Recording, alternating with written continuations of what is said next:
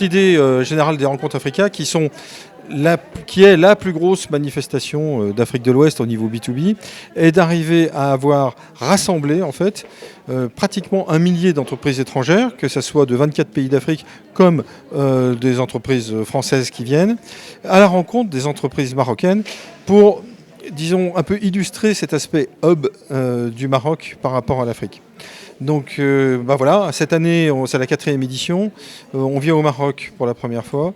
Et l'idée est vraiment d'essayer de rassembler autour de différents secteurs qui sont les grands secteurs de l'Afrique. Si on prend les grands secteurs, on a l'infrastructure, le BTP, puisqu'il faut construire beaucoup de choses en Afrique. On a l'énergie qui est totalement indispensable, avec beaucoup de choses autour des énergies renouvelables. J'étais encore au Sénégal la semaine dernière, il y a encore 20 mégawatts qui vont se construire en termes solaires. Il y a vraiment des projets qui sont extrêmement importants et c'est pas fini. En matière d'agroalimentaire et d'agriculture, il y a des besoins énormes en termes agricoles. Et la façon aujourd'hui qu'on a de traiter la chose est trop de vouloir calquer des solutions qui ne prennent pas, enfin en tout cas les Européens ont voulu calquer des solutions qui ne prennent pas forcément en Afrique. Donc il y a besoin d'une expertise, je pense, marocaine là-dessus, pour servir un peu d'interface et pour pouvoir agir au mieux. Donc sur le digital, il y a des besoins qui sont énormes, mais il n'y a pas les compétences.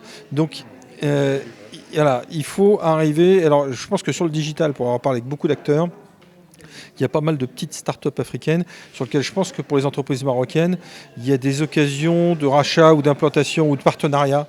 Mais vraiment, en ce moment, on a une phase de 2-3 ans, à mon avis, sur lequel là, on peut faire des choses de façon relativement importante. Voilà, sur les grands secteurs. Le 3e grand secteur, c'est le secteur de la santé, enfin 4e plutôt. Secteur de la santé, sur lequel les besoins sont phénoménaux en Afrique. Alors, en infrastructure, pour la construction d'hôpitaux, pratiquement tous les États d'Afrique de l'Ouest ont des projets de construction hospitalière dans lesquels il y a du savoir-faire, ici au Maroc, et dans lequel je pense que là, il faut se positionner. Et comme pratiquement tous les grands pays africains cherchent aussi à attirer un certain nombre de laboratoires, de médicaments génériques, et cherchent à acquérir du savoir-faire un petit peu là-dessus.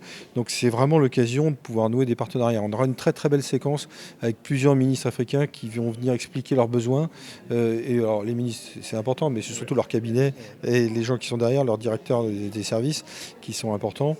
Et donc ils vont pouvoir s'exprimer et rencontrer en fait des différentes entreprises. Bon, Société Générale est très heureuse d'être le partenaire principal de l'événement Rencontre Africa cette année qui se tient au Maroc. Et pour une raison simple, c'est-à-dire que Société Générale est très présente en Afrique et depuis longtemps.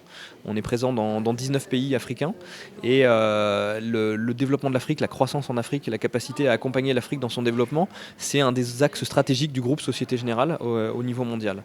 Et dans ce cadre-là, en fait, on pense que la finance a un rôle fondamental à jouer en matière de développement du continent, à la fois parce que les besoins sont extrêmement importants, les besoins en infrastructure, les besoins en énergie, les besoins dans le domaine de l'éducation, dans le domaine de la santé.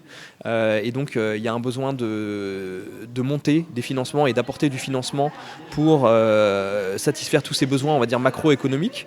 Il y a aussi des besoins de financement en fait, de projets, des projets personnels, des projets d'entrepreneurs, des projets de PME qui émergent très rapidement sur le continent, qui représentent, on va dire, 90% des sociétés privées du continent et qui embauchent quand même près de 70% de la main-d'œuvre dans les différents pays.